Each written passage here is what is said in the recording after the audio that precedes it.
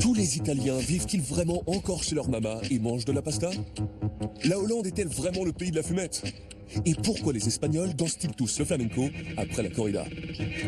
En Europe, les stéréotypes ont la dent dure. Mais qu'y a-t-il de vrai? Je m'appelle Knekkebull. Je suis musicien, animateur télé et, comme tous les Suisses, absolument neutre. Enfin... Nous allons sonder les clichés et redécouvrir notre chère Europe. Direction... les Pays-Bas. Comment sont les Néerlandais? Les Hollandais sont cool, baba cool, c'est plus cool que les Allemands. Les Hollandais, les tulés. Parce qu'il y a des noms bizarres, j'aime pas. Leur langue n'est pas très jolie à entendre. Moi, je pense aux caravanes. La drogue, ils conduisent mal. Je n'aime pas généraliser, en fait. La Hollande, le pays des canaux. Avant d'aborder le premier préjugé, je dois traverser ce cours d'eau.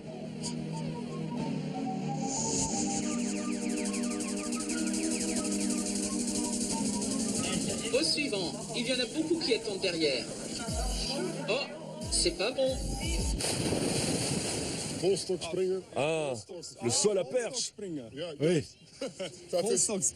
c'est typiquement néerlandais. Ce sport est né de l'art de traverser les canaux. J'ai peur. Ah oui? Ils veulent que je saute. C'est super.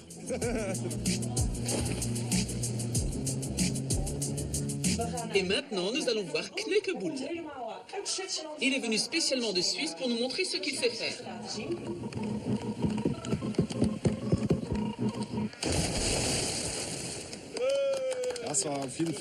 C'était pas facile. Et je suis étonné de m'en être aussi bien tiré. Moi, le Suisse. Ce sport est vraiment surestimé. Mis à part l'eau, qu'est-ce que les Pays-Bas évoquent d'autre? Ils ont des plaques d'immatriculation jaunes. Ils savent pas conduire. On les reconnaît parce qu'ils tirent une caravane.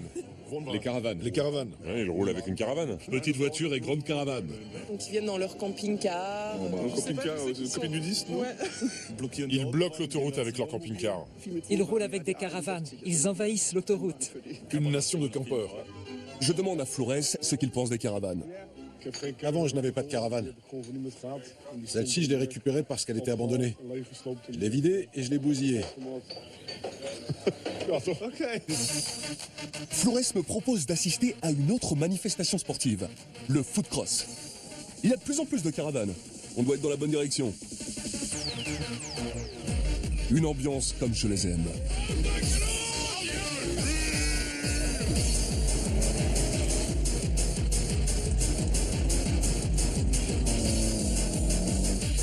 En plus de la course automobile, il y a un événement unique en son genre. Une course à la baignure, à la sauce hollandaise. Je suis venu juste pour m'amuser. Et je pense que je reviendrai parce que l'ambiance est géniale et que j'adore dézinguer des caravanes. Ouais, c'est super.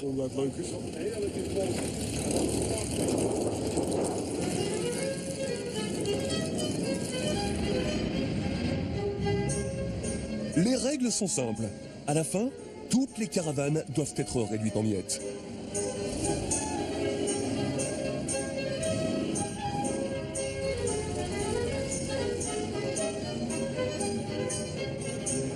Mais d'où vient cette passion nationale pour les caravanes?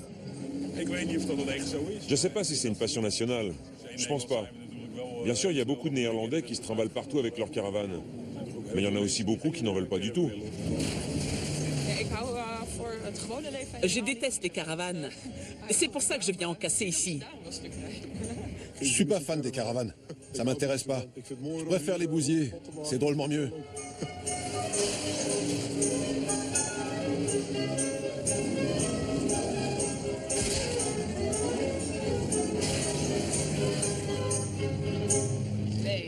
Il y a le stéréotype selon lequel les conducteurs de caravanes sont des beaufs. Mais bon... Beaucoup de retraités s'achètent une caravane et parcourent le pays avec. C'est évidemment très pratique. Quand on voyage, on a toujours tout avec soi. C'est sans doute pour ça qu'elles ont du succès. Mais je les déteste. Surtout quand elles sont devant moi sur l'autoroute. Ici, il n'y a donc que des ennemis du caravaning. Il faut que je trouve quelques adeptes. Mais pas facile de dénicher un Hollandais dans le coin. Vous êtes allemand? Non, français. Ah, français. Oui. On a rencontré des Hollandais sympas. Ça aurait pu être des Allemands. Je finis quand même par dégoter un campeur à l'année hollandais.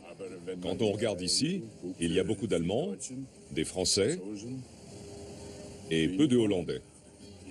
C'est logique. Mais où sont passés tous les caravaniers hollandais? Ils sont partout dans les montagnes allemandes. Ils adorent ce coin et l'Eiffel avec ses montagnes. Ils ont pas ça chez eux.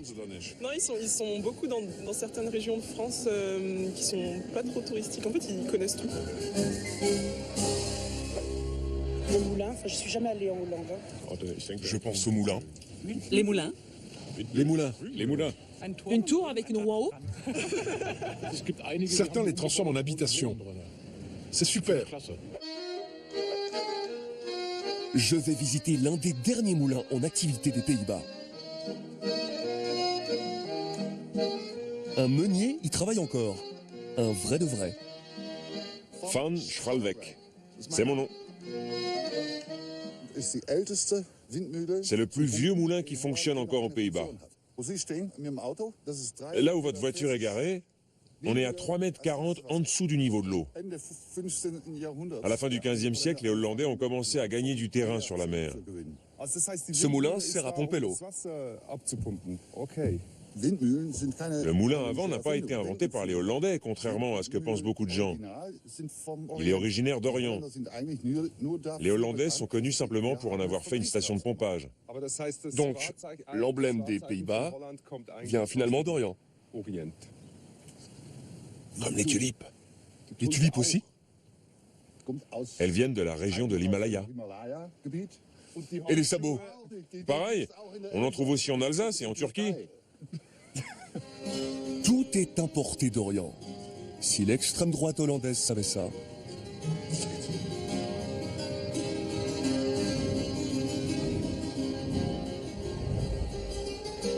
Mais Yann ne peut pas vivre que du moulin. Heureusement, il a d'autres revenus. En 1935, mon grand-père a écrit une chanson intitulée « Le beau moulin ». Même en Allemagne, ça a été un grand succès. Comment ça se dit en néerlandais? C'est un classique aux Pays-Bas. Donc, chaque fois que la chanson passe, vous touchez de l'argent? Oui, mon frère et moi. Tu peux éteindre la musique? Daar bij die molen, die mooie molen, daar woont een meisje waar ik zoveel van hou. Daar bij die molen, die mooie molen, daar wil ik wonen. Passons au stéréotype suivant, mais pas à pied. Ils aiment le vélo. Le vélo. Le vélo? Le vélo, bien sûr. Ils font beaucoup de vélo. Ça, c'est cool. Ils font beaucoup de vélo.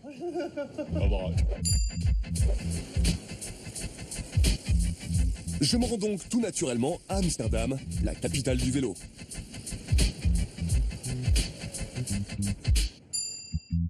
Aux portes de la ville, je visite une immense fourrière, le Fietsdepot.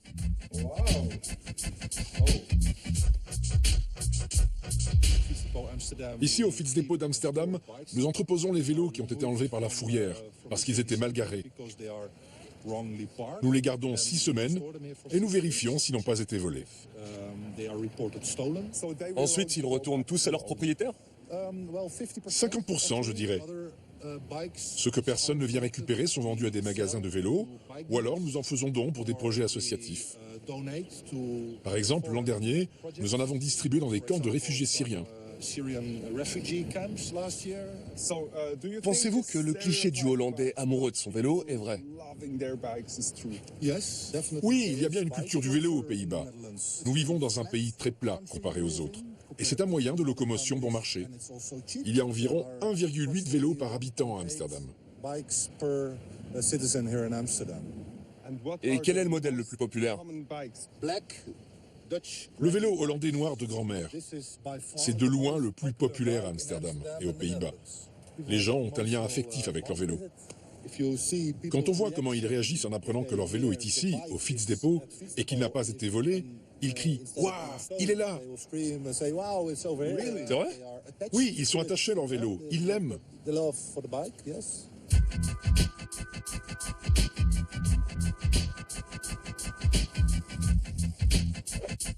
Les Pays-Bas, je sais pas, les fleurs. Les fleurs. Les tulipes. Les tulipes. Les tulipes. Les Hollandais, les tulipes.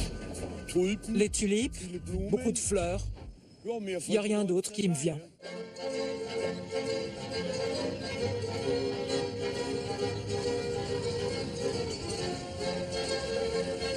Pourquoi la Hollande est-elle le paradis des fleurs? J'ai choisi une tenue de circonstance pour rencontrer Caroline qui cultive des fleurs comestibles. Quand on demande aux gens ce qu'ils connaissent des Pays-Bas, ils répondent des fleurs, les tulipes. Pourquoi ça? Les Néerlandais ont parcouru le monde en bateau pour vendre et acheter toutes sortes de choses.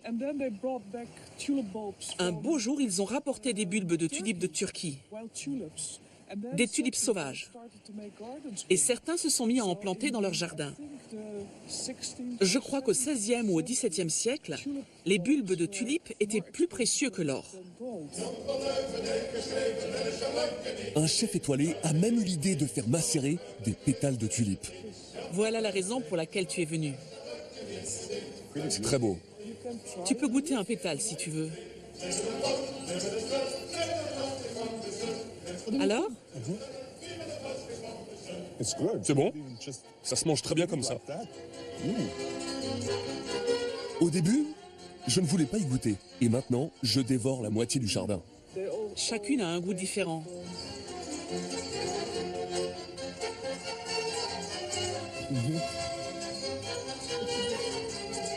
Sens-les. Elles ont toutes un goût différent. J'en ai même eu des jaunes à l'arôme de banane. C'est fruité, hein? Oui. Mais pour beaucoup de Néerlandais, manger des tulipes évoque bien autre chose. Pendant la guerre, on mangeait des bulbes de tulipes parce qu'il n'y avait rien d'autre. C'est pour ça que les tulipes sont sacrées pour nous. Les gens ne mangent pas de tulipes parce qu'ils les associent à la Seconde Guerre mondiale. À l'époque, il n'y avait rien à manger en ville. Un jour, on a trouvé une cabane avec des bulbes de tulipes. Ces bulbes étaient vieux, bien trop vieux pour être consommés.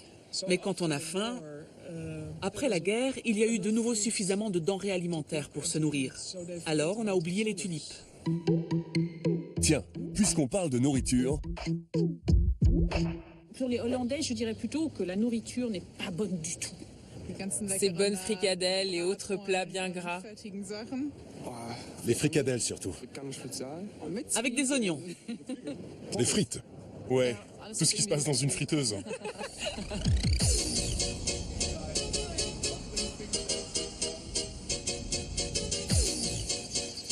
Enfin, une nourriture saine.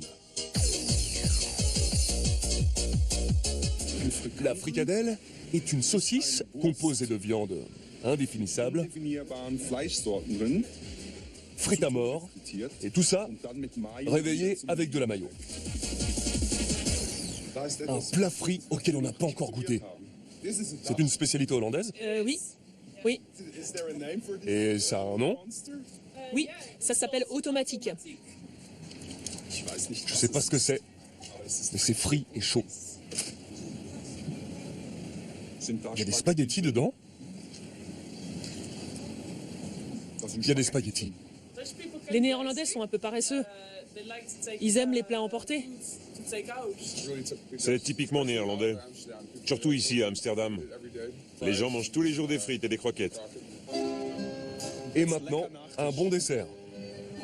On dirait bien que j'y ai pris goût. Vous me faites pas confiance? C'est pour vous. Ça fait 3,50. C'est un bon dessert.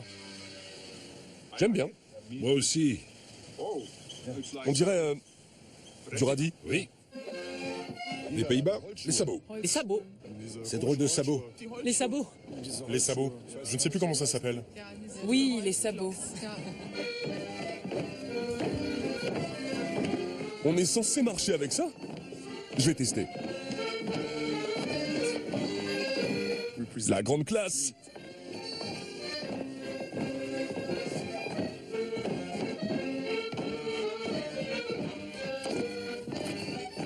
Ça commence à faire mal. Mais qui peut porter ces trucs-là? Vous êtes de vrais Hollandais. Vous en portez? Non. Il y a longtemps, mon père... Votre père en porte? Les paysans en portaient autrefois. Ouais. Nous vivons dans un pays très humide. Avec ça, vos pieds restent au sec et au chaud.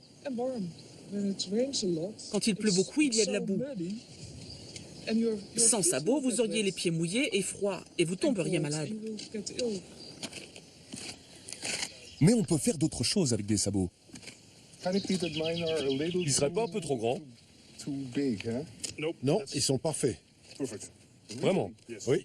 Parce qu'ils me font un peu mal. Tu dois apprendre à étirer les orteils, comme dans n'importe quelle chaussure, et marcher normalement. Vous dansez avec? Oui, absolument. Où est-ce que je suis? Ça, c'est du sabot. Voilà d'où viennent ces sabots. C'est leur nid.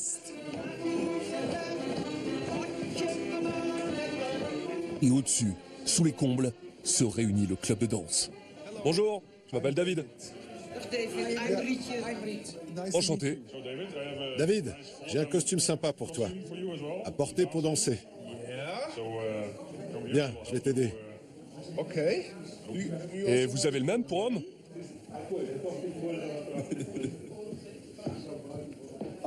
Et il est plus chic, lui. Ouais, ouais. Oh non, pas ça. Pitié.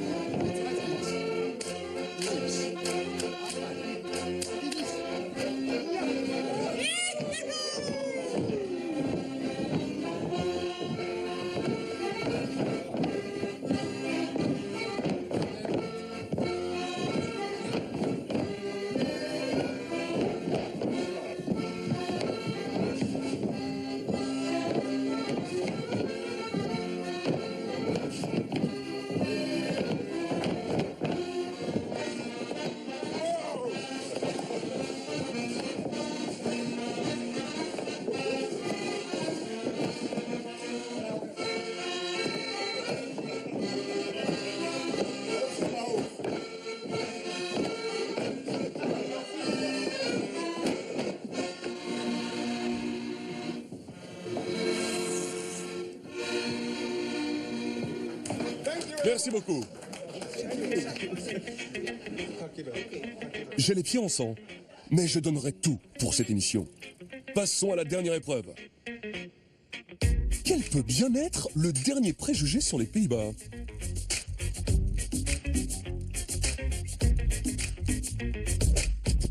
Les coffee shops.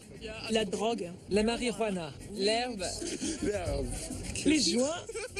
Ils sont défoncés. Toujours défoncés. Ils ont légalisé les drogues douces, je crois. Je sais même pas si on pourrait dire ça, parce que c'est pas les seuls profiteurs de leur loi décomplexée par rapport au cannabis. Les Néerlandais fument-ils vraiment de l'herbe ou c'est juste le kiff des touristes? Tu fumes combien de joints par jour? 20. 20? Oui. C'est la moyenne aux Pays-Bas? Ouais, je crois. Vous fumez combien de joints par jour? 0. 0? Combien de joints t'as fumé aujourd'hui? Tu fumes combien de pétards par jour? 35. 35? Ouais. Vous fumez de l'herbe? Non. Non? Combien de joints fumez-vous par jour? Aucun. Et pourquoi? Tout le monde ne fume pas aux Pays-Bas. Juste quelques personnes. Moi, non. Vous avez bien essayé une fois. Non, non, jamais.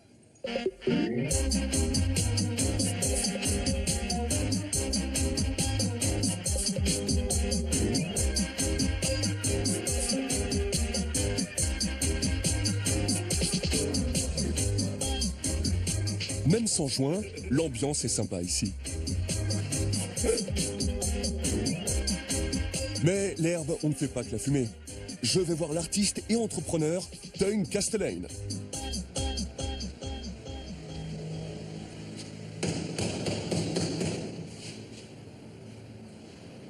Entrez.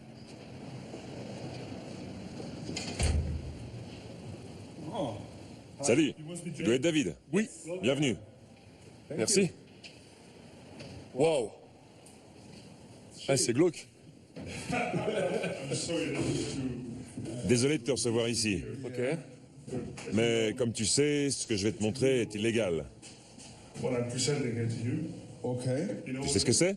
On dirait du fromage. C'est un fromage typiquement hollandais qui contient 5 grammes de cannabis. Ok. Un rêve pour n'importe quel touriste. Ouais. Tous ceux qui viennent à Amsterdam veulent manger du fromage et profiter de notre politique tolérante en matière de drogue. Alors j'ai eu l'idée de combiner les deux. Pourquoi c'est interdit de vendre du fromage au cannabis? Et on croit qu'aux Pays-Bas, tout est légal et accepté, y compris le fromage au cannabis. Malheureusement, non. C'est toujours illégal dans notre pays, y compris les coffee shops qui sont uniquement tolérés. Il s'agit ici d'un nouveau produit à base de fromage et de cannabis. Il faudra aller aux États-Unis.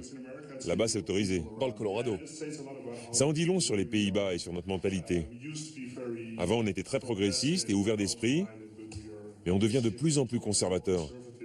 Actuellement, on est même plus conservateur que les États-Unis. Comment ça? Pourquoi? Oui, pourquoi ce changement? C'est une bonne question. Il n'y a qu'un homme qui peut répondre à cette question. Pour cela, je me rends à la foire du cannabis à Barcelone.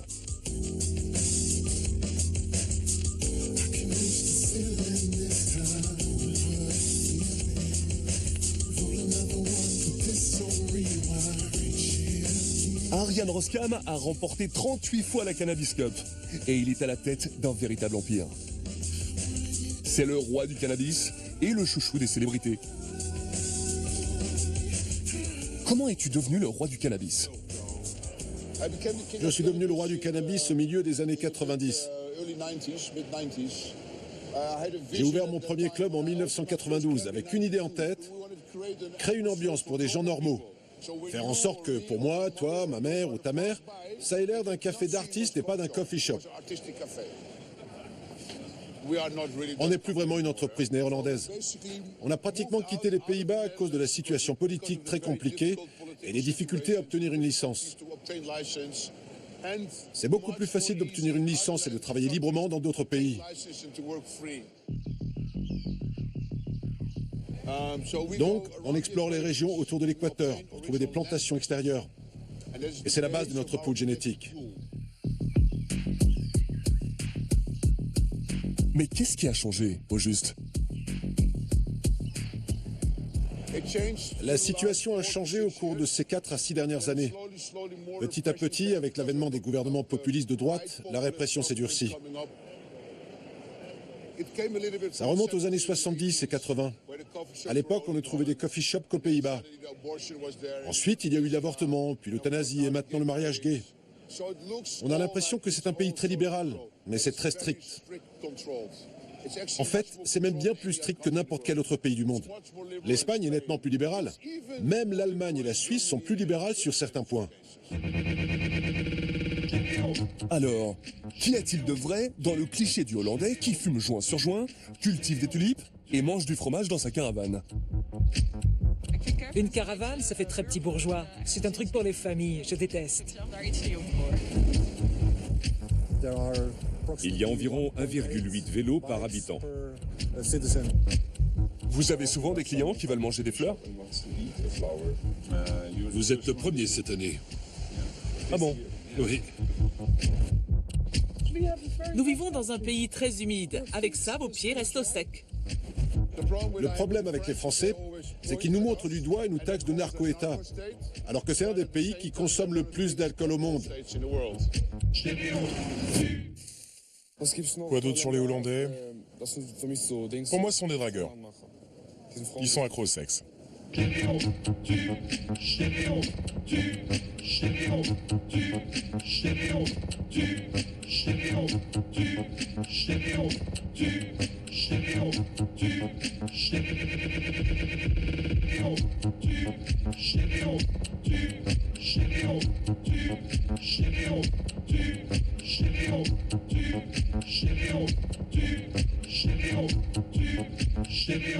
Du